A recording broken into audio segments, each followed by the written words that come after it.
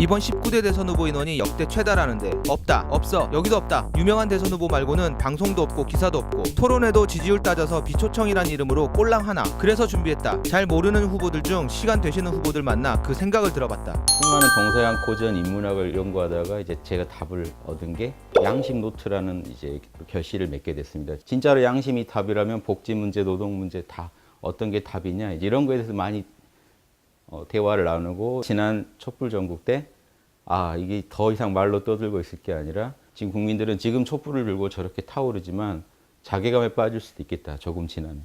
정치인들이 아무리 봐도 그때도 여야 모두가 자신의 계산을 가지고 계속 꼼수를 부리고 있다고 저는 판단이 섰습니다. 그래서 나만을 위해서가 아니라 나라를 위해서 결정하고 국민 모두를 위해서 이렇게 양심을 베풀고 홍익인간을 추구하지 않는다면 이 땅에는 민주국가라는 거는 그 민주시민이라는 건 구경하기 힘들겠다라는 어떤 걱정 때문에 17살 소년 때서부터 꿈이 있었습니다.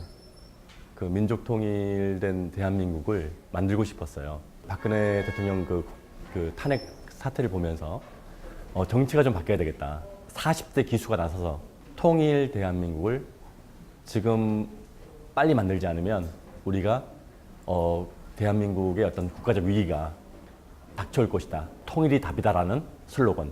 민족통일 대통령 이경희. 이 한반도 이 평화 정착을 위해서는 문화로 이렇게 하나가 되는 것이 제일 아마 대안이 되지 않을까 해서 이제 비무장지대 그 DMZ에 세계 문화예술 도시를 건립하는 그걸 실현하고 싶어서 이렇게 출마하게 됐습니다. 세계 문화예술 도시라는 것은 그 세계 각국이 자기 나라 그 문화촌을 와서 짓는 거죠. 그러면 이것이 하나의 큰 세계적으로 봤을 때 한반도 평화뿐만 아니라 세계 평화에도 상당히 기여할 거라고 생각하고요. 지금 미국의 트럼프 대통령이 강하게 압박을 넣는 이 시점에 굉장히 좋은 기회라고 봅니다. 핵을 폐기하고 우리 한반도의 그런 평화 공존을 위해서 같이 함께해서 같이 노벨 평화상을 받든가.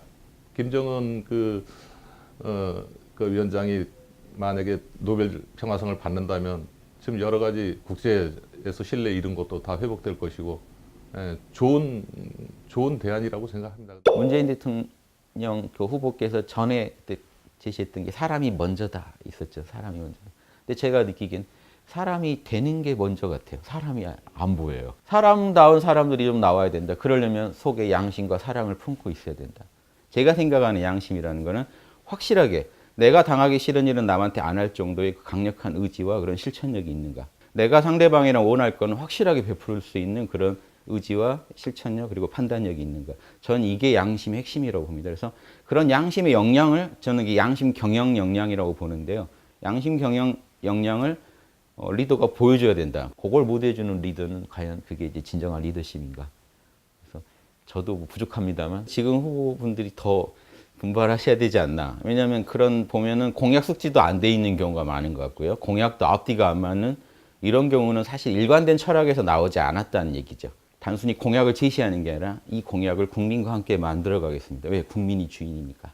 국민이 이의 신청하면 언제든지 같이 검토하면서 또 국민이 신뢰할 수 있는 전문가랑 함께 상의하면서 국민이 정말 만족할 수 있게 최선을 다하겠습니다 하는 의지나 실천력을 보여주셔야 되지 않을까 해서 저는 사실은 대통령 후보로 나오신 분들이 이런 걸 보여주시려고 노력해야 되고 왜? 저는 잘 기회가 없기 때문에 그분들이 일단 기회가 많으시니까 저는 훌륭한 대통령 나오는 게 더 중요하다고 봅니다. 유력 후보라고 해서 언론에 대서특필되고 그리고 언론 보도에 항상 그 첫 번째, 두 번째로 나오는 후보들을 보면 정권 교체를 얘기하면서 마치 박근혜 대통령의 탄핵 사태에 자기들은 깨끗하고 정치를 잘했는데 박근혜 대통령만 정치를 못해서 촛불 사태가 왔다라고 생각하고 있는 것 같아요.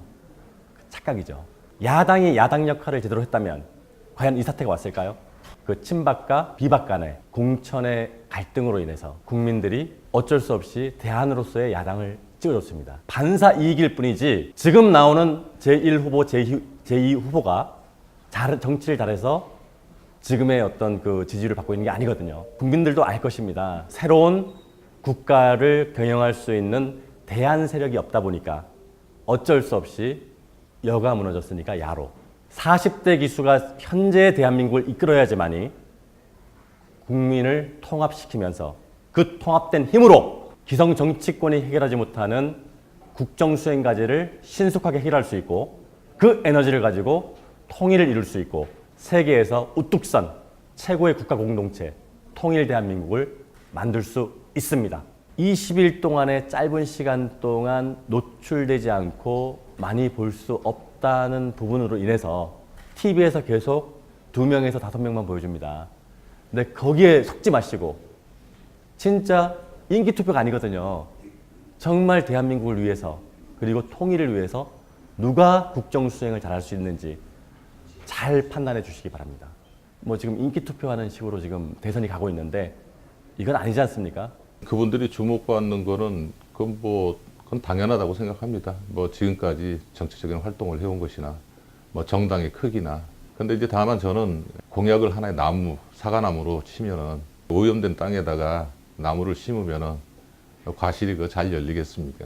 지금 현재 시스템이 잘못되어 있는데 그 잘못된 시스템 속에서 아무리 많이 좋은 공약 같은 걸 넣는다 하더라도 그게 펼쳐지긴 그렇게 쉬운 게 아닐 거라고 봅니다.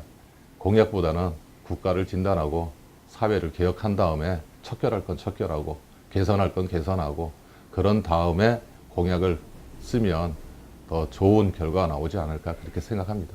6개 정당 빼놓고 나머지 8개 군소정당하고 제가 이제 무소속으로 유일하게 혼자 제가 이제 나왔는데요.